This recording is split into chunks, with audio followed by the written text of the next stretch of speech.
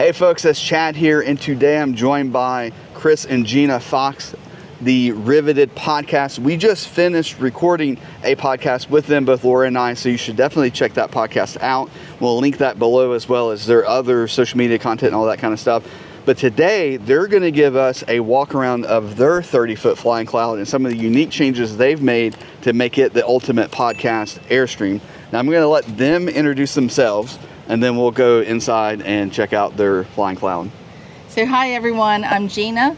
And I'm Chris Fox. And we're glad to have you come visit our Airstream today. Yes, we're excited. We just, within the past few months, started this podcast, The Riveted with Chris and Gina. We've changed our 30-foot flying cloud into a mobile podcast studio and are excited to show it to everybody. Yeah, Let's so go come inside. join us. Go ahead.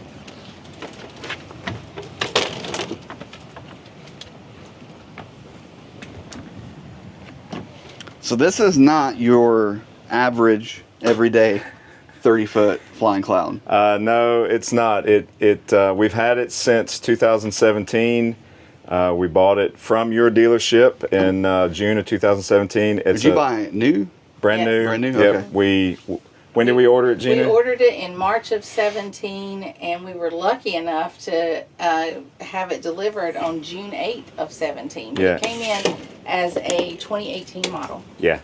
So we. Oh, it's a 2020? Oh, It's 2018. 2018, sorry. Yeah. And 2018. yes, and so it's the typical 30-foot flying cloud rear queen. It had a small L lounge couch and a dinette that sat right here. Standard floor plan that's been around forever on it, and we loved it. And after we travel full time, have since we bought it, and been in it 7 years. We love the layout, but we wanted to make it a little more comfortable, a little more plush. Yes. And this was even before we started even thinking about the podcast. So we decided to take all that furniture out. And I will say that I didn't want to make a single change. I wanted to keep it a stock Airstream, just We loved it the way it was. We did. We loved it. But I was thinking to myself, I want to just keep it that way in case we want to trade it or sell it or something like that. And Gina's like, I'm like, who are we having this Airstream for? The next person who's going to buy it, or for us? I'm like, let's do it. So we started making it our own. We took the TVs out. We don't watch TV, and we finally decided to make a change to the furniture. And so we took all that out, and this is furniture that is made by a company called Lovesac. It's the furniture that we actually had in our townhouse before we sold it and went full time. It's modular furniture that clips together in different directions and shapes. And so we measured it all up and decided that we could easily turn this into a big wraparound lounge. And some of the motivation for that was when the Globetrotter 30 first came out and we saw that big wraparound couch. We loved. Said, hey, we can do that. Yeah. So we did that, and we put it in, and obviously it's way more comfortable, not knocking Airstream furniture at all, but this is super comfortable couch, and it comes with multiple covers. You can take all of the covers off. Well, you can order multiple covers. Yes. It doesn't come with Correct. it. Yeah, you can choose. So we took all the covers off. We've got the purple ones for wintertime, and we have It's kind of this light gray color that we use in the summertime. Yeah, but it works. And it still makes into a queen size bed if we have our girls over, which is our daughter and granddaughter. This piece here will just unclip from its connections, slide it right over to where you're standing, and it'll turn it in. You know, it'll fill in this square right here, and then it'll turn it into a big, almost queen size mattress. And it's very functional. Yeah. And so the most unique thing about that was, though, we cut our table in half, and over here, if you know, so that's the original dining table, right? Correct. Yes. Yes. We just cut it off on the back side, and underneath this bench here was our hot water heater. Still is. So still is. So we didn't want to have to maneuver any of that. So Chris just put an aluminum box around it, cut our table, put our table on top. We left a little hangover so we could have a stool here. And we don't use this as a dinette table, as you see. It's use the it podcast. as a podcast. This station. is the extent and the maximum capability of my craftsmanship.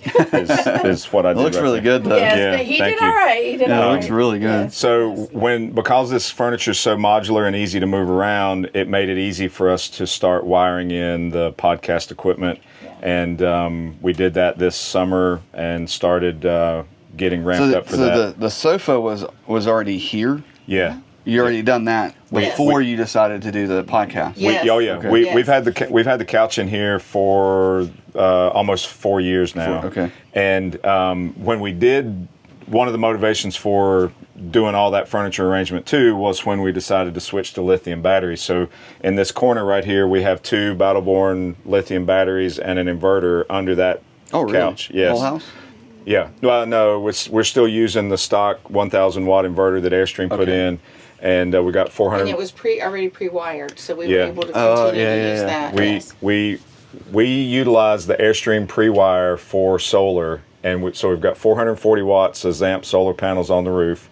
We used Airstream's solar pre-wire, and then one unique thing we did right here is this is where Airstream's charge controller and pre-wire dead-ended, and we decided to use a Victron battery monitor.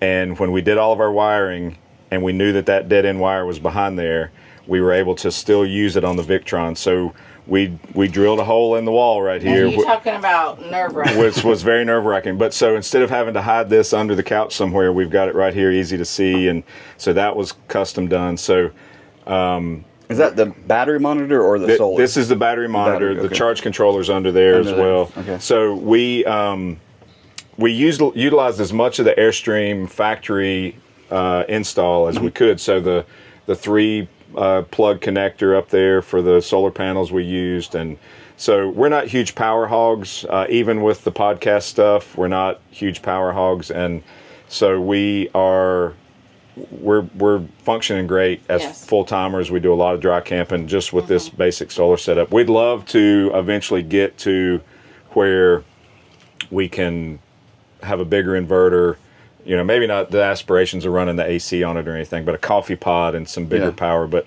so anyway, that's kind of you're already like on the way to doing that. Oh yeah, sure. Yeah. Well, but we really don't need that much power. Yeah. So when we decided to do the podcast, we've had over the years we've grown a fun group of friends that we've put together in our community. Because you've been full-time since 17. Correct, yes. yeah. And all during COVID and post-COVID, we just really were out there meeting a lot of friends, and we decided to create our own community that we call the Riveted Fox community, and we've done that now for almost 4 years, and we just wanted to add in the element of a podcast to it, and we thought no better way than to let the subject matter be Airstream. So. Right. The Riveted with Chris and Gina is a new project for us. It's about adding an Airstream to your life and all the positive benefits that come along with that. And it's a conversation-based podcast where we bring on other Airstream owners and just let them share their story. And well, they share their stories, the good, the bad, the ugly, but mainly it's how Airstream has impacted their life. Yeah. And we were hearing those stories, like sitting around the fire pit or, sitting at the picnic table or just outside talking. And we thought, other people need to hear these stories, not just a select few, but the masses need it. And not everybody has a way to do that. So this podcast gives them a way to share those stories and connect with others. Yeah. And that's very important. And we usually, when we do something, we try to do it, in a good, positive way, a quality way. So we went ahead and invested in good equipment. We've got all Rode microphones, the Rodecaster Pro recording console. We have the ability to record remotely through the internet with a internet-based recording studio through Podcastle, that is our hosting service. And we've had guests from all over the country so far, all different types of Airstream models, lots of different fun experiences that they've shared. And here at this rally, we've reconnected with some old friends and had them come on. Including you guys. Hey, well, Absolutely. new friends. New Yes, friends. for New sure. friends, yep. Yes. So we're having a lot of fun with it, and our excitement about what we just accomplished this weekend and hope to do more in the future is we can record with up to 4 people as guests, plus Gina and I, in this space, and they've got the comfort of sitting on a nice big wraparound chaise lounge, and we've very comfortable lounge. Yeah, good. Like it. Glad you like it. Very comfortable. Yeah, so we've But got. we also can do it remotely too, for anyone who wants to, come in through the website or internet. We hope to hit as many Airstream rallies as we can moving forward, and bring this mobile podcast studio to the rally and sit down with folks and have fun chats and have a lot of fun. I don't know though if you wanted to show the rest of the camper. I can move out of the way, but our we have the queen bed with the lockers on both sides. Oh, and I they don't know don't do if that they still anymore. do that Yeah. or not. And we- the bed is made, which is That's a good. our bed is never made. And Don't put the light on. another thing we also did was we did put our residential mattress in there. So we took the Yes, that is Airstream different. queen out, and we had an all foam queen residential mattress that we put in and cut 6 or 7 inches off the end of it with a turkey carving knife. Yeah. Yes, and it was fabulous. It was a blast. And So it's basically ours is a 2020. This is a 2018. yeah, 2018. But I mean, it looks just like ours. yep. That's one of the things all about Airstream is that they take so long to make a change that you can get into one that is a few years old and it still feels modern and new. And Yeah. to me, I actually really like the wood laminate they used previously, because now the Flying Cloud is white. All the cabinets are white. Really? Yep. And then you get some alternate colors kind of on your walls there, but the faces is white. Yeah. And that's one of the things I liked about ours is that it isn't white. It's Yeah. it's got some texture to it and some color. Well, and when we started shopping for Airstream, and at this year model, they had a couple different interior colors, and a lot of them had a lot of brown. And we liked the wood, we liked the look of the floor, but Gina didn't want the brown or the tan I seats. wanted it as light as possible in here. So we had this is the color. the original color, That's the okay. original color fabric that we chose, which I forget the color they called it then, but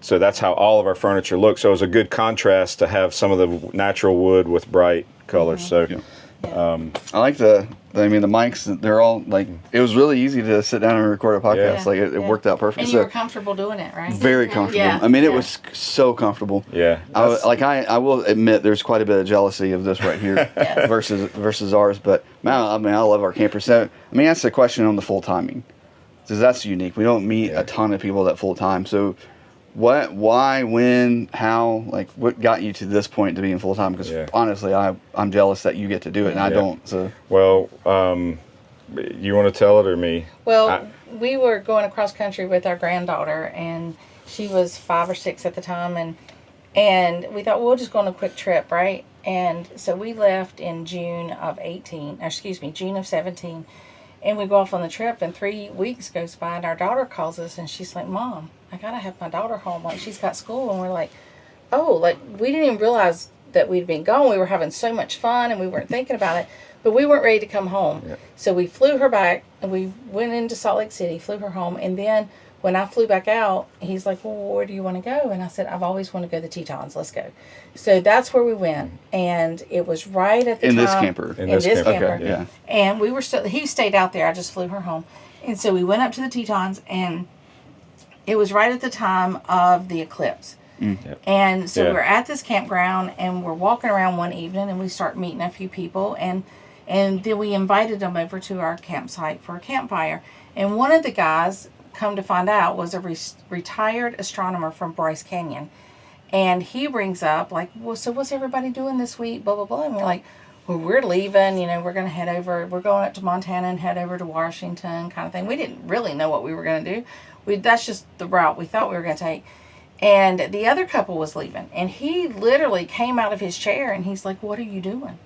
And we're like, what? And he's like, this is the prime location for the eclipse. You've got to stay here. You're in the perfect spot. So to make a long story short, we stayed. We stayed 14 days. We were in Grovant Campground on the south side of the Grand Teton National Park, and we were able to do that 14-day stay limit. And we met more people and more people. And then a lot of the people we met said, "We so wished we would have been able to Yes. make trips like this when we were your age." We Yes. kept hearing that over and over. And so this poster is the official poster of the eclipse that was in Jackson Hole. This was designed by Pendleton, or an artist use for Pendleton blankets. So Yes. this is the graphic. And August 21st, 2017, we were sitting. Yes. And it's rough. right It's here. been here for a long time. But this was like one of those kind of life-changing kind of moments that we just absorbed. And then Well, it was meeting the people, but wait 1 second. Seeing this eclipse out in the middle of that field. oh yeah, over the top. I mean, we would have never done that had it not been for the Airstream and for Yeah. being out there and meeting someone who said, "What are you doing? You've got to stay." So when we did that, and we kept meeting people along the road that said, "We so wish we would have had these trips at your age." And then we go home for the holidays of 17, and in January of 18, within 6 weeks of one another, both of Gina's parents had to have major open heart surgery. Yes. Oh, goodness. And they're 22, 23 years older than her. Both of my parents died before they were 70. We looked at each other after we kind of went through that big medical struggle, and we're like, we got to do this now. Yeah, like, And- we're not guaranteed tomorrow, so what are we waiting We got to on? figure it out. And we got to do it. And we'd already had that epic first trip in the Airstream. We were hooked of being Airstreamers as it was. Obviously, during that period of time, there were a lot of other people that were starting to travel full time and work remotely. And So we did it. We sold the house and we did it. We did, and didn't look back. Did you work remote? Not then. Not No, then. Not then. we decided we were going to play.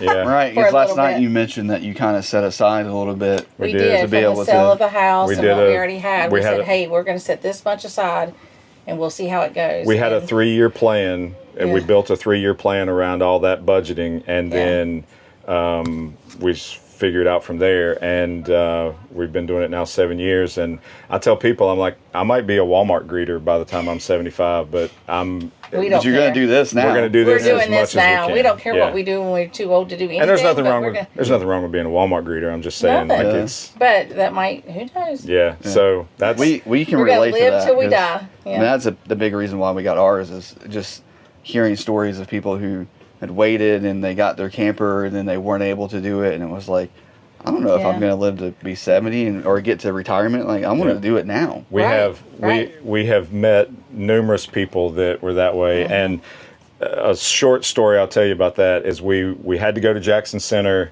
at our 2-year mark, or we chose to go to Jackson Center at our 2-year mark for like warranty punch list stuff. And when we left, we went up to Cleveland and go to the Rock and Roll Hall of Fame.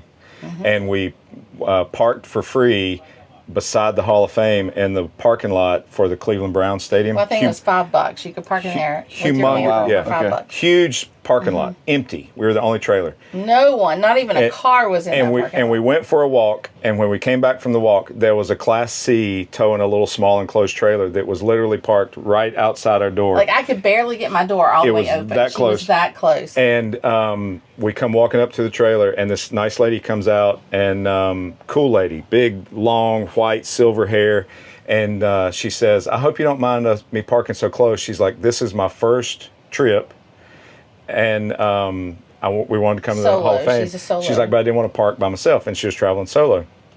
The more we talked to her, her and her husband had aspirations to travel in the motorhome. Yes.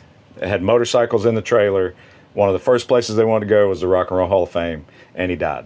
Yeah. And she's like, "I'm doing it anyway." She's like, Yeah. I sat at home for a little And- bit, and then I'm like, So, I got to do this. It's just, it's one of those kind of things. It's we want to do it now. we want to do it now, and then the more people we meet, and the more experiences that people have, like us having amazing experiences, but other Airstreamers that have amazing experiences.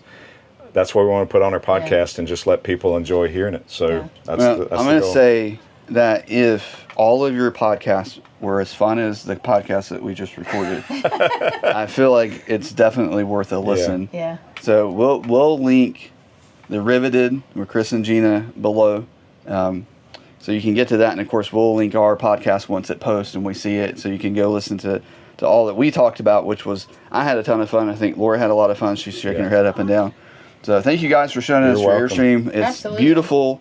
And I think, pretty much determined that I want a 30-foot flying cloud now because that bathroom is huge. Yeah. And it's funny, like, I'm in them all day, but when you come into someone's camper and it's laid out the way that, like, it's their camper, it just feels different. So, which is one of the fun things about being part of the Airstream rally is we all open our doors see at some point, and you can go through and see how people do stuff, and see how Airstreams are laid out. Well, thank you guys. Thank you, Chad. That. Not to, I know you want to end, but I gotta say this because I'm all about community. But we talked about that because when someone purchases an Airstream, it's not just an Airstream. No. It's a lifestyle. It's a community. It's new friends and friends for a lifetime, and that's the beauty. And Airstream is one of I've been around. I've said this in videos. I've been around the industry a long time, and there used to be clubs like this. Yeah.